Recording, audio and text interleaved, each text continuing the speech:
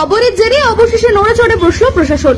গুরুত্বপূর্ণ মাথাভাঙা কোচবিহার রাজ্য সড়কের দলুং সেতুর মাঝখানে এক্সপেনশন জয়েন্টের কংক্রিটের ঢালাই ভেঙে বেরিয়ে পড়েছিল লোহার রড, ফলে বড়সড় দুর্ঘটনার আশঙ্কা তৈরি হয়। মাথাভাঙা ট্রাফিক পুলিশের তরফে সেতুর মাঝে ভাঙা অংশের দুধারে অস্থায়ীভাবে বসানো হয়েছিল ব্যারিয়ার, যাতে গাড়ি চলাচলের সময় দুর্ঘটনা এড়ানো যায়।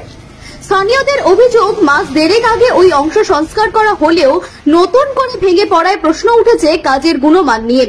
পূর্ত দপ্তর সূত্রে জানা যায়, সংস্কারের নির্দেশ দেওয়া হয়েছে।